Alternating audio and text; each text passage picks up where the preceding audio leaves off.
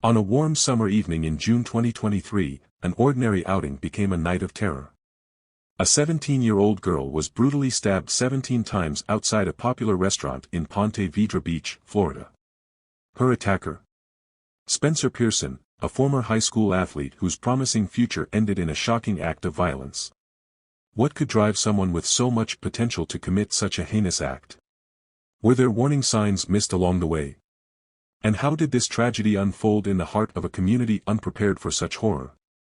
Join us as we unravel the chilling details, explore the unanswered questions, and uncover the truth behind the case of Spencer Pearson.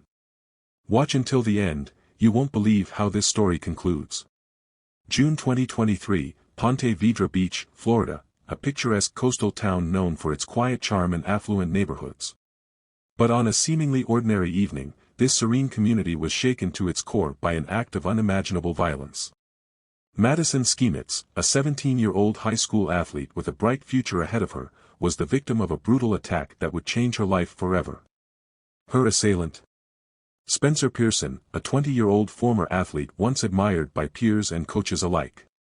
What began as a confrontation outside a popular restaurant quickly escalated into a nightmare, leaving Madison fighting for her life and the community grappling with shock and disbelief. The attack not only left Madison paralyzed but also raised haunting questions: how could such violence erupt in a public space? And what warning signs had been overlooked in the weeks and months leading up to that day? This case would spark intense discussions about relationships, mental health, and the hidden dangers that can lie beneath seemingly ordinary lives. Tonight, we delve into the details of a story that shook Ponte Vedra Beach and left an indelible mark on all who knew Madison Schemitz. To understand the tragedy that unfolded on that fateful June evening, we must first delve into the relationship between Madison Schemitz and Spencer Pearson, a relationship that began like so many others but unraveled in ways no one could have foreseen. Madison, a 17-year-old high school junior, was known for her dedication both on and off the field. A star athlete, she excelled in softball, her determination and natural talent inspiring teammates and coaches alike. Her friends described her as kind-hearted, driven, and mature beyond her years. But like many young people, Madison was also navigating the complexities of teenage relationships, a journey that would tragically intersect with the life of Spencer Pearson. Spencer, at 20 years old, was at a crossroads. Once celebrated as a high school athlete, his life seemed full of potential. Known for his skills on the baseball diamond, Spencer had earned the admiration of his peers and the respect of his community. However, as is often the case with young athletes, the pressure to excel weighed heavily on him. After graduating, Spencer's dreams of a promising athletic career faded, leaving him struggling to redefine himself outside the world of sports. Madison and Spencer's relationship began innocently, as many do. Mutual friends introduced them, and what started as friendly conversations soon blossomed into a romantic connection. But as time went on, cracks began to show. Friends and family would later recall moments of concern, instances where Spencer displayed controlling tendencies, a short temper, or an unhealthy fixation on Madison. Behind Spencer's charismatic exterior lay a troubling pattern of behavior. Former teammates and acquaintances would later recount his struggles with anger management, particularly when faced with challenges or perceived failures. His intensity, once an asset on the baseball field, became a liability in his personal life. Adding to the complexity of Spencer's story is a detail revealed by his father during sentencing: the possibility of head injuries sustained during his athletic career. Repeated head trauma, often referred to as invisible injuries, has been linked to changes in behavior, mood swings, and difficulty regulating emotions. Though never officially diagnosed, this detail raises questions about how much these potential injuries may have contributed to his actions. Societal pressures also played a significant role in shaping both Madison and Spencer's experiences. For Madison, excelling as a young woman in sports came with its own set of challenges, balancing academics, athletics, and personal relationships. For Spencer, the weight of being a young male athlete in a competitive environment was immense. The transition from being a local star to grappling with an uncertain future can be a disorienting and, at times, destabilizing experience. As Madison grew increasingly independent, Spencer's behavior reportedly became more erratic. Friends noticed how he seemed to isolate Madison, expressing jealousy over her achievements and friendships. Madison's mother, Jackie, later revealed that her daughter had attempted to distance herself from Spencer, recognizing the relationship's unhealthy dynamics. But as is tragically common in such situations, leaving proved to be the most dangerous step. The events leading up to the attack reveal a chilling pattern of escalation. In the weeks before the incident, Spencer allegedly began stalking Madison, showing up uninvited and bombarding her with messages. Madison, determined to move forward with her life, confided in her mother about the growing sense of fear she felt. Her bravery in confronting the situation and seeking support underscores her strength, even in the face of immense pressure. This backdrop, the combination of personal struggles, societal pressures, and a volatile relationship, set the stage for the violent confrontation that would leave Madison fighting for her life and a community forever changed. The warning signs were there, as they often are, but the tragedy serves as a stark reminder of how quickly situations can escalate when those signs go unaddressed. As we continue, we'll explore how this seemingly ordinary relationship spiraled into a nightmare and how the events of that evening unfolded in front of horrified witnesses. June 3, 2023. It was a warm Saturday evening in Ponte Vedra Beach, Florida. Families, friends, and couples filled the local restaurants, enjoying good food and conversation. Among them was Madison Schemitz, a bright, ambitious 17-year-old, out with her mother, Jackie, and a few friends at Mr. Chubby's Wings, a popular spot in the area. What was supposed to be a relaxing evening soon descended into chaos, one that would leave an indelible mark on everyone who witnessed it. Unbeknownst to Madison, Spencer Pearson, her 20-year-old ex-boyfriend, was there as well. By then, their relationship had already deteriorated, and Madison had made the brave decision to distance herself from him. But Spencer wasn't ready to let go. In the weeks leading up to that evening, he had reportedly displayed troubling behavior, stalking her, sending threatening messages, and even showing up uninvited to places she frequented. As Madison and her group finished their meal and prepared to leave, Spencer approached them. Witnesses later described his demeanor as tense, his eyes fixed on Madison in a way that made the group uneasy. A confrontation quickly ensued. Spencer, visibly angry, began hurling accusations and yelling at Madison. Jackie, always protective of her daughter, stepped between them, attempting to de-escalate the situation. What happened next was both sudden and horrifying. Spencer lunged forward, pulling out a knife he had concealed. In an instant, he attacked Madison, stabbing her repeatedly, 17 times in total. The attack was savage, targeted, and relentless. Eyewitnesses later described the scene as chaotic and surreal. Madison's screams pierced the air as she tried to fend off Spencer, but he was unrelenting. Her mother, Jackie, without hesitation, threw herself into the fray, attempting to shield her daughter from further harm. In the process, she sustained multiple stab wounds herself, including deep cuts to her legs and hands. Nearby diners and bystanders froze in shock, unsure of what to do. But one man, a brave Good Samaritan named John, couldn't stand idly by. Without regard for his own safety, he rushed to intervene, tackling Spencer and wrestling him away from Madison. In the struggle, John sustained injuries of his own, including a deep cut to his hand as he tried to disarm Spencer. Finally subdued, Spencer turned the knife on himself, inflicting self-inflicted stab wounds to his neck in what appeared to be a desperate and impulsive act. Blood pooled on the pavement, and for a moment, the scene grew eerily silent as the weight of what had just happened set in. Emergency services were called immediately. Paramedics arrived within minutes, tending to Madison, Jackie, and John, as well as Spencer, who was still alive but gravely injured. Madison's injuries were extensive and life-threatening. She had been stabbed in the back, neck, and chest, wounds that left her paralyzed and fighting for her life. Jackie's injuries, though serious, were not as critical, but the emotional scars she bore from witnessing her daughter's attack would be profound. Witnesses later recounted the sheer terror of the moment. Some described hearing Madison plead for her life, her voice breaking as she called out for help. Others remembered Jackie's unwavering determination to protect her daughter, even as she bled from her own wounds. The bystander who intervened was hailed as a hero, his quick actions likely saving Madison's life, though the damage inflicted was already catastrophic. Law enforcement arrived shortly after the paramedics, securing the scene and taking Spencer into custody. Despite his injuries, he was stabilized and transported to a nearby hospital under police guard.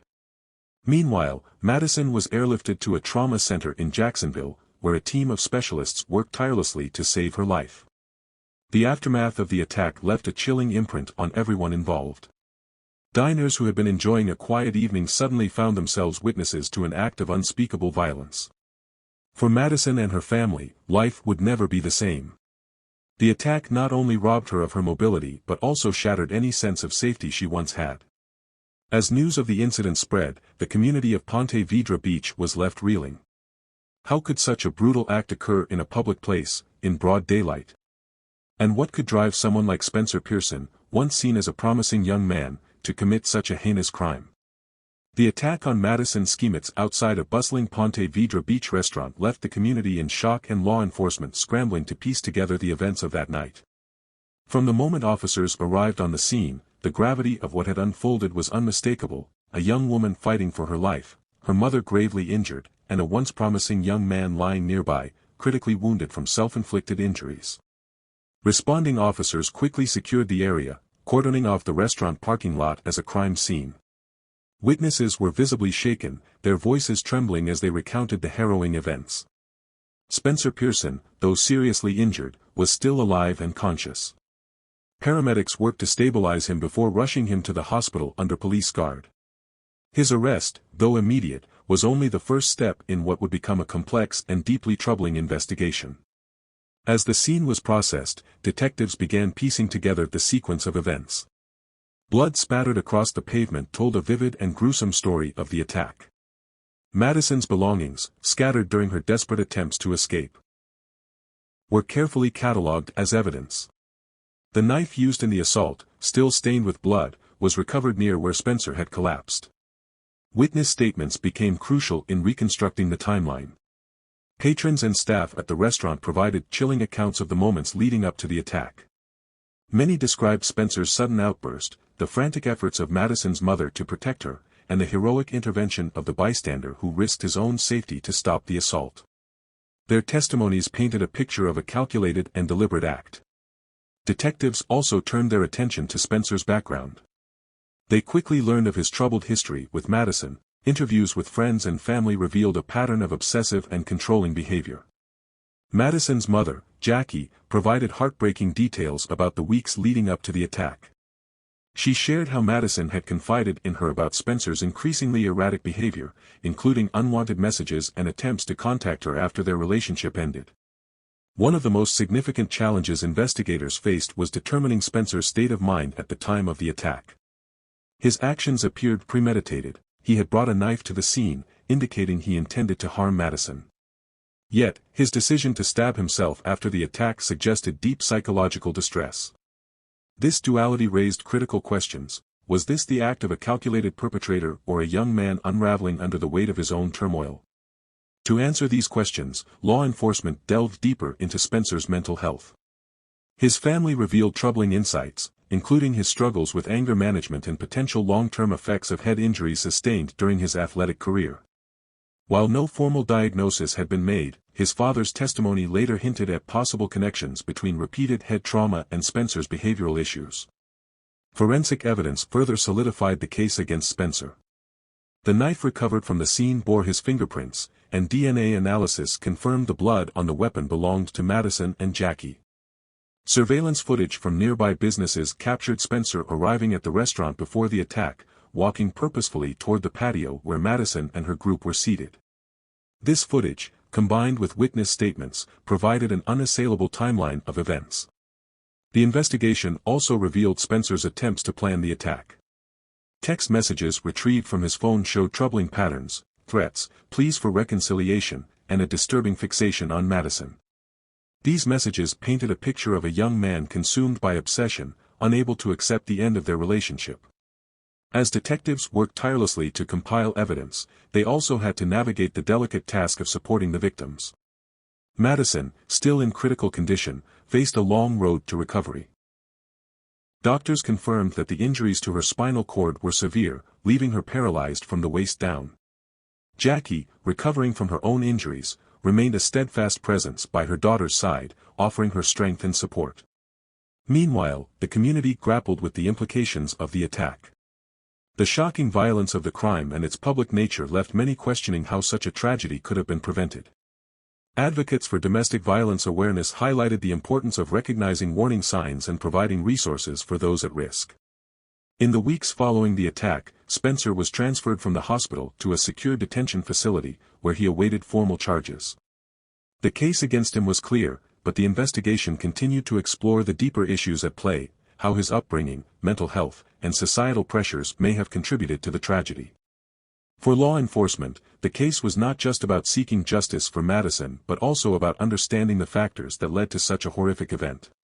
As the investigation moved forward, one thing became painfully clear: the events of that summer evening were not just a singular act of violence but the culmination of a complex web of personal struggles, missed warning signs, and societal challenges. What began as a brutal crime in a quiet Florida town had now become a case study in the devastating consequences of unchecked obsession and unresolved trauma. As the case headed toward the courtroom, the search for answers, and accountability, was far from over. The path from the horrific attack on June 3, 2023, to the courtroom was long and painful. For Madison Schemitz and her mother, Jackie, the journey to justice was not just about the legal proceedings but about the emotional toll of reliving the night that changed their lives forever.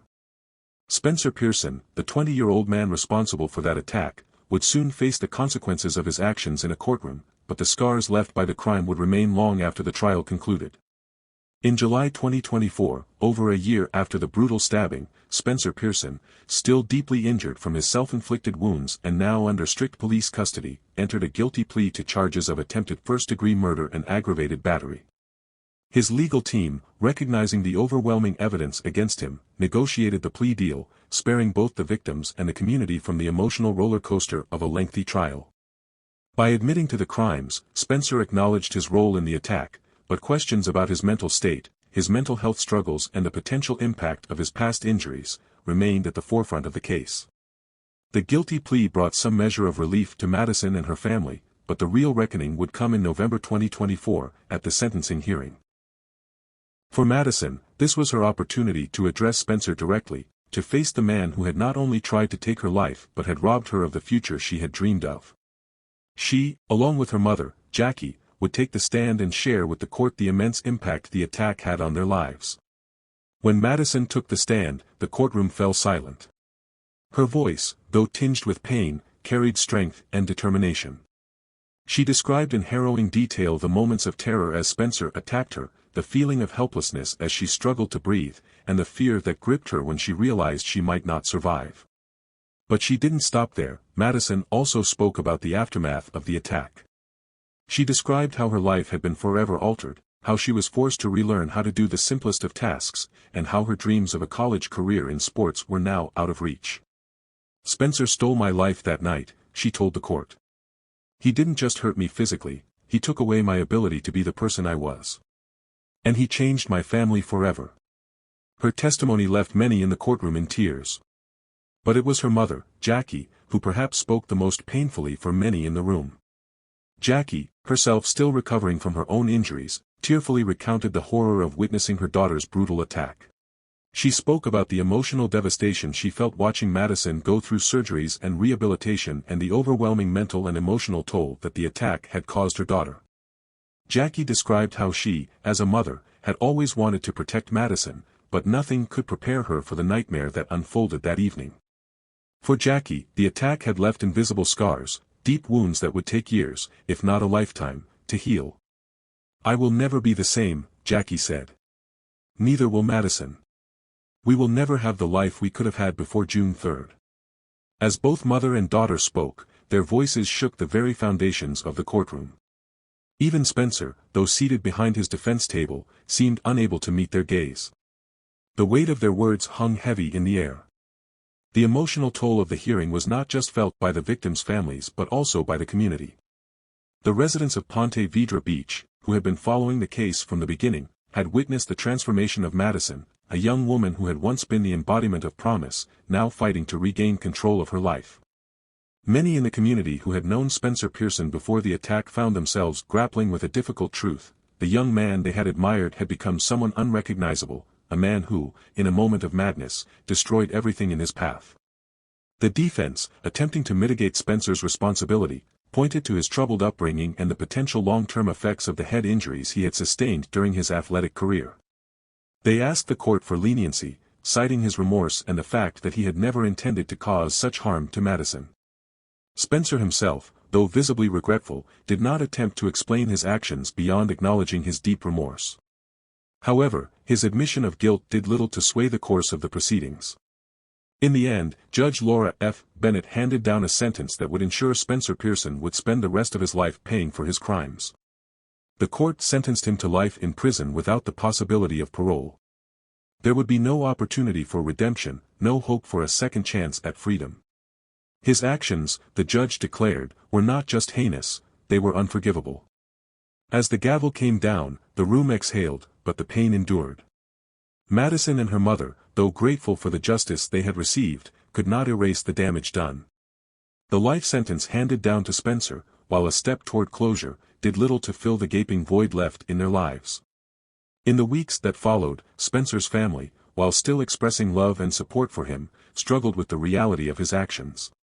His father, who had previously mentioned the potential link between Spencer's injuries and his behavior, found himself grappling with the implications of his son's violence. While the sentencing did not bring them peace, they too were left to contend with the aftermath of a young life spiraling out of control. For the community of Ponte Vedra Beach, life slowly began to return to normal, but the shadow of the attack would forever hang over them.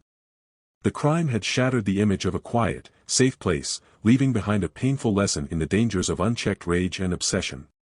Madison, now paralyzed from the waist down, faced a new and uncertain future. But despite the obstacles, she continued to inspire those around her with her strength, determination, and refusal to let her circumstances define her. Her story became a beacon of resilience, a testament to the power of the human spirit even in the face of unimaginable tragedy.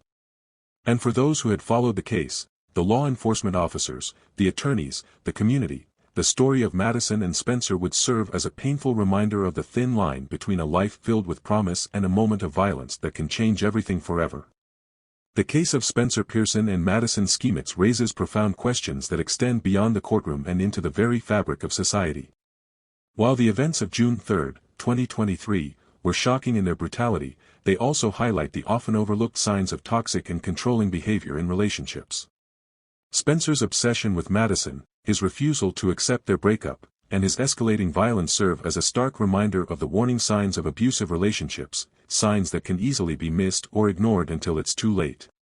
More troubling still are the implications of mental health. Spencer's father suggested that his son's history of head injuries, sustained during his athletic career, may have played a role in his behavioral changes.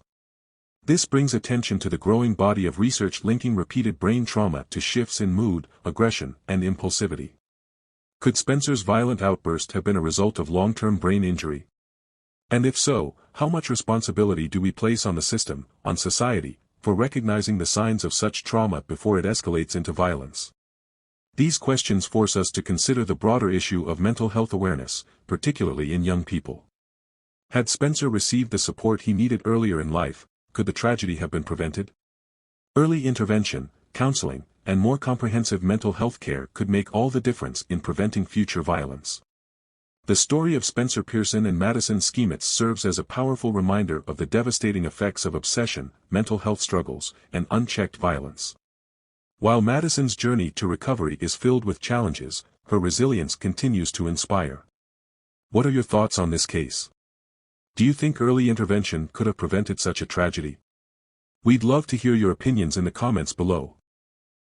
And as always, don't forget to like and subscribe for more true crime stories. Thank you for watching.